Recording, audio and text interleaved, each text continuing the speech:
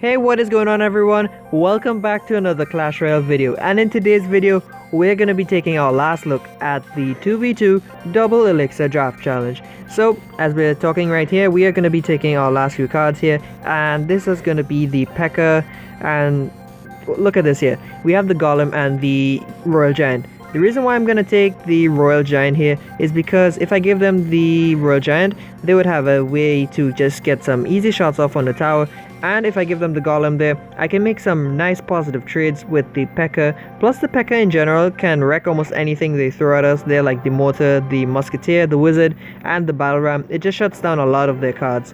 So as the match kicks off here, I'm looking at my hand here and I see that I have the Bandit, so I'm just waiting really to see what they drop so that I can use it for some chain kills. They do drop the Princess and the Musketeer. However, if that Musketeer was dropped a little further back, she would have staggered and the Bandit would have been able to just do a lot more work there.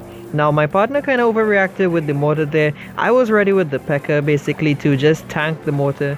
What you want to do there with the tanks that you're dropping for a Mortar, just drop them in the center of your side basically so that they can keep distracting the Mortar for longer, and in doing so they'll remain on your side longer as well, so that they'll be able to just help you build up more elixir in the long run so you can support them better. And now look at this, they're punishing us for using the P.E.K.K.A. But look at this, I cycled back to that P.E.K.K.A. so fast, even I was surprised really.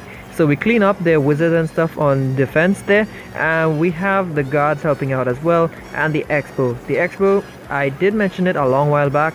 The Expo does great against multiple targets really from the distance when it's on your side for defense, because it can just shoot them from such a long range. It's just crazy. Now look at this.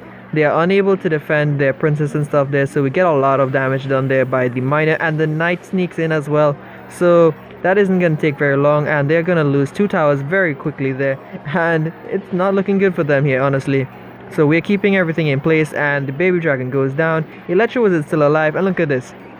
That P.E.K.K.A. man, it is just cycling so fast, I can't even believe it. So they're probably crying right now because the P.E.K.K.A. is basically the death of them right now. Not sure what was that fireball there by my partner, but I'm reading a Royal Giant. What I'm doing now is basically trying to get the Royal Giant to tank for the P.E.K.K.A. so it can get to the tower, and if it can get to the tower that would be great, but we don't even need to do that. So the tower's gonna go down there, and I'm not sure if you noticed, but they had actually rocketed our Executioner and Bandit there. If the Bandit had gotten an extra second to live there, she would have dashed across it, but that didn't happen, so rip Bandit, she'll be missed. So moving on to this next match now, we are going to be taking the Poison to help our P.E.K.K.A. and our Elite Barbarians, and I'm going to take the Witch because the Witch can really help out on defense a lot as well against some of the single target cards. Now Bowler or Executioner both countered the Witch, and the Bowler does counter the Executioner. However, the Executioner does hit air, so that's why I kind of took the Executioner instead still. Now Mirror or Minions. Believe it or not, I'm actually going to be taking that Mirror there because if they had the chance, they could mirror their Dart Goblins, and that could just be really deadly for us, because when you think about it, one Dart Goblin does so much damage on its own. Imagine if you had 2 or 3 of them at your tower at once. That would be doing so much damage you would not even believe. Now look at this here. Our opponents are gonna just be rocketing down that elixir pump there, but they kind of fail. One of them actually hits the tower there and misses it, so that's kind of sad really. And look at this, my stupid partner, oh my goodness. How stupid can you get?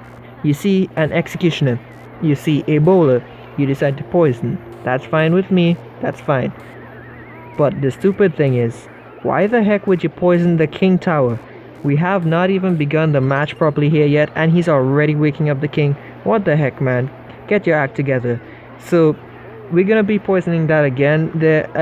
I don't know why, we just had to do it. So I had to use my poison there this time because he already woke it up, so we might as well just wake it up even more by damaging it with our own poison now. And look at this, we have a Royal Giant coming on our side, and we have to deal with it very carefully. So we do get everything down with the Witch and the E-Wiz there, and the Bowler is about dead.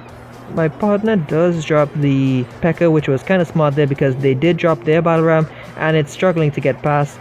I do however deal with the Prince on the right side there by shoving him away from the tower with the Executioner. Now look at this beautiful counter push. We have the Battle Ram going there and the poison. poison smothering just about everything there. I'm not even sure if it's touching the king tower this time, but now it's time for balloon parade, folks. If I had just waited a little bit longer, we could have probably done better, but I'm just starting to just spam balloons at them, really. If I had just waited like a minute, well, not even a minute, just like 5 seconds, we probably could have just gotten the balloon behind the giant there. But hey, we don't really care anymore. We're just trying to pressure them into making some mistakes, and that's exactly what is going on. They can't seem to pair up everything close together, so we're able to disarm their pushes fairly well. And look at this, defensive battle ram proving very valuable against the prince. And look at this again, the princess is actually on our side. The battle ram shoved it onto our side. Like, oh my goodness, that was just so stupid of them to really do. You have to be careful. That actually happened to me once in a match. My giant pushed the princess across the map. It was pretty silly, but kind of comical at the same time. So that is gonna be it for this fight, and now let's move on to our next fight and see what's up. Okay guys, we are back, and since it's double elixir, I'm thinking, you know what, let's just take some of the more expensive cards. And graveyard or Sparky, believe it or not, I'm gonna take that Sparky. And the reason why, I do not know. Maybe it's because I figured we'd get to just annihilate almost any ground tank that they have, because when you think about it, Sparky, despite being countered easily, she does require some specific counters, such as a zap spell, rocket, lightning, or maybe even a skeleton army or anything like that. But yeah, in general, she did not have too many counters when you thought about it in the draft challenge, because not all the time you would be able to get those cards. But we were fortunate enough that they did not come into play for this round. And look at this, we both have arrows, so they have no way to really defend that goblin barrel there, only with a zap. And look at this, we are ready again with an X-bow now, and that X-bow is going to be targeting the left tower there if we can help it, but they overcommit there with the musketeer and the wizard and stuff. The wizard does take down the X-bow there and live, so we try to get rid of it. I think my partner there, Arrow's kind of panicking there, so I ready with my log, and we are ready with the Sparky as well. This is why I'm glad I took the Sparky. The Sparky is going to prove very valuable here, because look at this. She shot and moved away from the fireball, folks. Did you see that? Sparky for the win. And look at this. Since the Sparky is definitely going to go down the left lane again, I set up an X-bow on the right so that we can keep the pressure on both lanes, really. I pre-arrowed there thinking our opponents would have skeleton army or anything like that. And look at this now. They're going to be using a graveyard on defense. Unfortunately, the Sparky has been caught up in the middle of it all, and she does not get to do much. They fireball and miss the dart goblin too. These people here, folks, these people right here have horrible aim with their spells. It's becoming more and more apparent, at least. So again, not giving them a chance to rest, we are back up with another X-bow. However, that was a very well placed giant. They did time it perfectly right, and look at this beautiful log value now. We get to log the princess, the wizard, and the archers there. That was beautiful. The Sparky is going to be taking down that giant there and the golem now. This is where our little problem begins, so I decide, you know what, screw it, that tower is dead anyway. We knew firsthand that they were going to drop that graveyard. We did not know, however, that they had two of them. So that's our problem there, but we are pushing with the lava loon combo, and look at this. Again, defensive graveyard. These people need to get their act together, and now we have two Sparkies on the board, folks. Again, these people have no straight counter to the Sparkies, so things can be really scary for them. Not giving them a chance to rest, we drop the Hound there, and the Hound is going to be tanking for both the balloon and the Sparky there. Oh my goodness, now we're just going to be sending that miner in the back, and we have a balloon at the tower. And oh my goodness, I dropped so many Sparkies for this match. That's probably the most I've ever seen Sparky used in my life for quite a while, really. So that was pretty darn fun. I actually enjoyed using Sparky there. Now, in this match here, you're probably wondering who is Balance here now. Actually, Balance is one of my good friends. I've known him for quite a while, and he recently joined my clan, and he could not make it to do some of the challenge, so he asked me to help him out a bit. Generally, I refuse everyone, and some of you out there would know from experience, but I knew him for just so darn long. Like, it's been almost a year I've known this guy, and he's a really good friend of mine, so I decided to help him out with a few matches. And while battling, this was just something that really piqued my interest. We chose the princess and the mirror and stuff, and oh my goodness, this match right here, folks, it was just hella funny for me. We have the goblin hut, we have dart goblin, we have another dart goblin, we have the mirror, we have the princess, miner, ice wizard, ice golem. my deck is just so whack right now, it's just not even funny. So I set up a princess on the left lane and then one on the right.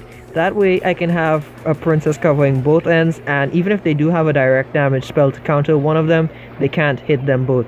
So double princess is gonna do work until the archer shut them down. And look at this, by the time they drop those 3 muskies, I'm back up with another mirror princess and a regular princess. So we have 3 princesses firing down at them. The lightning was not 100% necessary, but I guess it did help. So I knew that they were going to counter that first set of mirrored princesses there, so I had to try to stall and try to give them a little bit more time to just lay into the barbarians. It does work out sort of, and again, so many princesses, guys. I don't even know how to describe this. It's just princess madness, and my partner kind of drops the dart goblin on top of the princess there, so that kind of adds on to the value of the fireball. I do, however, distract again, knowing that they will be trying to snipe the princess. So yeah, the ice golem is coming in pretty clutch here, and we're gonna be ready with a balloon. Unfortunately, they are back up to their 3 muskets. So my partner now, he's busy helping defend, I guess, and we should have been able to lightning all that there, but my partner chooses not to instead, so that's fine with me.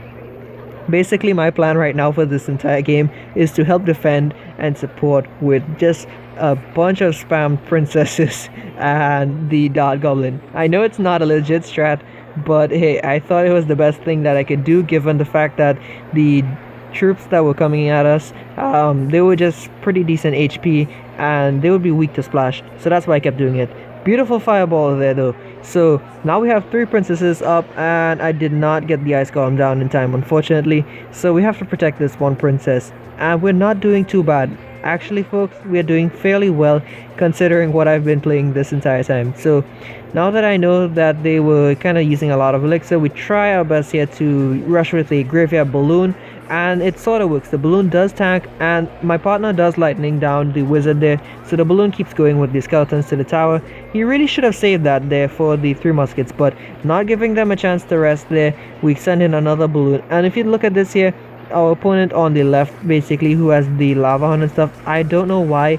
Maybe his connection dropped, or maybe he gave up, I do not know, but all I know is this: we're unleashing a whole lot of hell on them here, and we have mirrored princesses to boot, as well as dart goblins and so many skeletons. It was just absolutely insane there, folks. So we absolutely flooded them out there in the last few seconds there. It's pretty cool. Okay folks, so this is gonna be our last match for today's video. I was gonna end it off on the previous match there, but I decided, you know what, this one was pretty funny as well, so we might as well roll with it.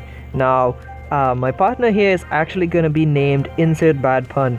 Now this is kind of ironic for me here because for those of you who would have chatted with me before on social media and stuff, you would know that I make bad puns pretty often, so this was kind of a fun matchup for me. Look at this, we both have the miner, so that's going to be some absolute chaos for our opponents here because we can get those double shovels in anytime we want, and we do have the princess for extra chip damage, as well as the goblin gang and the goblin barrel. So we started off pretty darn aggressive there, not too bad overall, I guess. They did spend a lot of elixir investing in some troops to defend, so now it's time to set up a princess to get some easy chip damage and splash. My partner does log though, and quite unfortunate for us, the opponent does have a goblin barrel. So they do manage to get a lot of damage there with the goblins. And look at this, the Dark Prince, I think he soaked up some of the lightning spell for the Ice Wizard there, so he does live to see another day. The Ice Wizard is pretty good for defense. I guess not enough people respect him, but back in the day I used to use Ice Wizard a lot. I mean, everyone uses Electro Wizard more now, but I still think he's a great card, especially against the Night Witch. If you can get an Ice Wizard who is 1 level up on a Night Witch, he can basically wreck her for 3 elixir, and it will be an absolute positive trade because he'll be able to one-shot the bats, and he can slow down the witch as well. So yeah, look at this, miner, princess, and wizard there at the tower there. The ice golem, however, does a good job at distracting the wizard, but in the meantime the princess is splashing onto that king tower there, I mean the crown tower, what am I saying, and the wizard does splash as well, so that musketeer is pretty much dead. And look at this, the Dark Prince and stuff on defense once more. We are taking down that golem pretty well, but the executioner, man, the executioner is killing it right now. He is going to be able to just breach past all our defenses there and helps the Night Witch get to the tower. And unfortunately, my princess placement was very poor at this point in time, so the executioner does get so much value there. And my partner, oh my goodness, no, he we just lost the tower. We spent a lot of elixir, and he's gonna drop a giant at the bridge. That's not a good idea, folks. If you are losing the game and you want to make a good comeback, do not rush with your giant at the bridge. It is gonna set you up for a lot of negative trades, especially if your opponents are gonna be rushing the bridge there to take advantage of the elixir lead. So yeah, don't do that.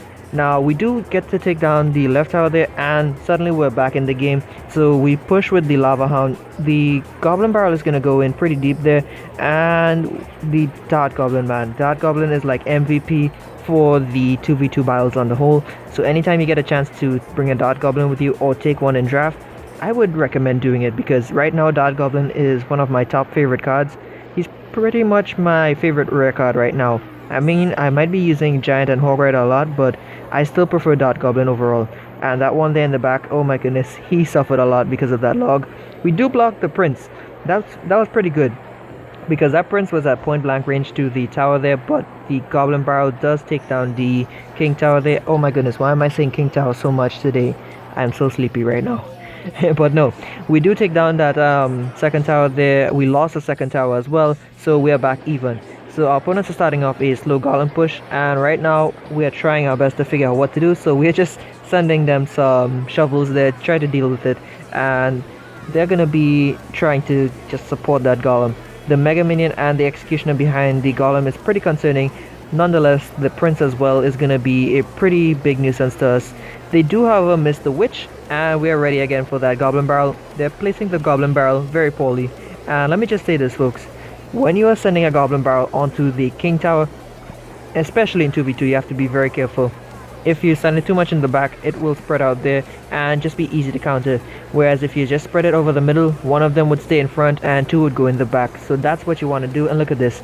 The match is coming down to an end here. We do get the Lava Hound and a bunch of troops to the tower there. And if you take a look at the back of the King Tower there, we have 3 miners digging their way around there and parading, celebrating a nice victory.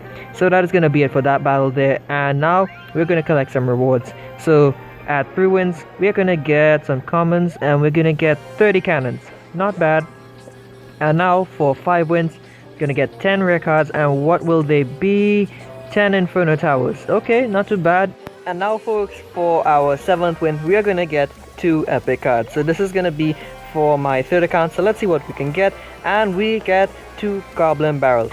Finally, guys, something that I can use to donate. Yeah, I don't use Goblin Barrel at all really, so I just generally donate it a lot. And now, folks, 9 wins, we're gonna get a legendary chest. Let's open this bad boy up and see what we can get. And it's probably gonna be a princess and electro wizard, maybe a night witch, I don't know. And it is a lava hound. Okay, folks, the biggest tank in the game basically that can fly. I'll take that any day. And let's move on to the draft chest itself. Let's see what we can get in this one now. Maybe a back-to-back legendary, I don't know. 1100 gold, 4 bombers, 20 skeletons, 21 ice spirits, and 5 furnaces. No legendary, boys and girls. Let's move on to my main account.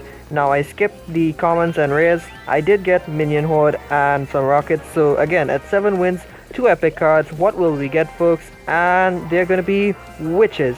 Alright, no one really requests the witches these days, but I don't mind. And now again, the grand prize. What are we gonna get in this chest? Maybe an electro wizard, maybe a miner, who knows? What is it gonna be? And it is the bandit. Alright, folks, bandit, my 3rd favorite legendary in the game. Really happy about that, especially because I don't need to buy the upgrade for her. So yeah, I'm gonna use that a lot now in challenges. Okay, folks, so we are just gonna finish up opening this last chest here, and then we are gonna get straight to the highlights for today's video. Hope you guys enjoy.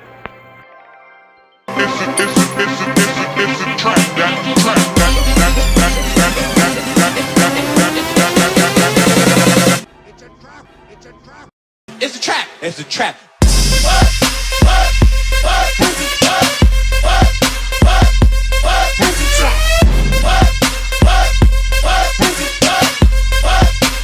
Don't get caught in the trap.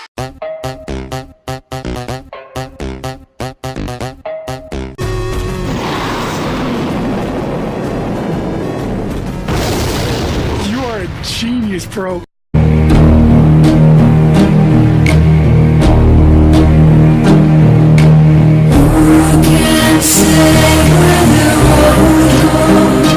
Where the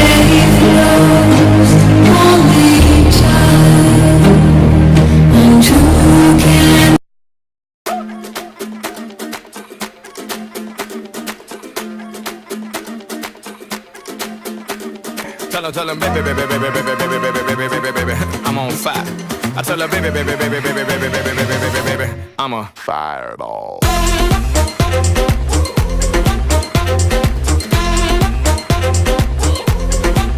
For your last 10 transactions, please press 1. Like a boss, Oh yes, I keep the bank rolling. like a boss, Sipping lean, big paper holding. like a boss. Okay folks, that is gonna be it for today's video. Hope you all enjoyed, and if you all are looking for a free $10 Google Play or iTunes card, do check out the description down below for more information. And remember guys, if you keep on digging, you'll eventually strike gold, but even then, keep on digging deeper. You'll eventually come across something even more worth your while. So once again everyone, thanks for stopping by, and I hope to see you all in the next one. Peace out guys.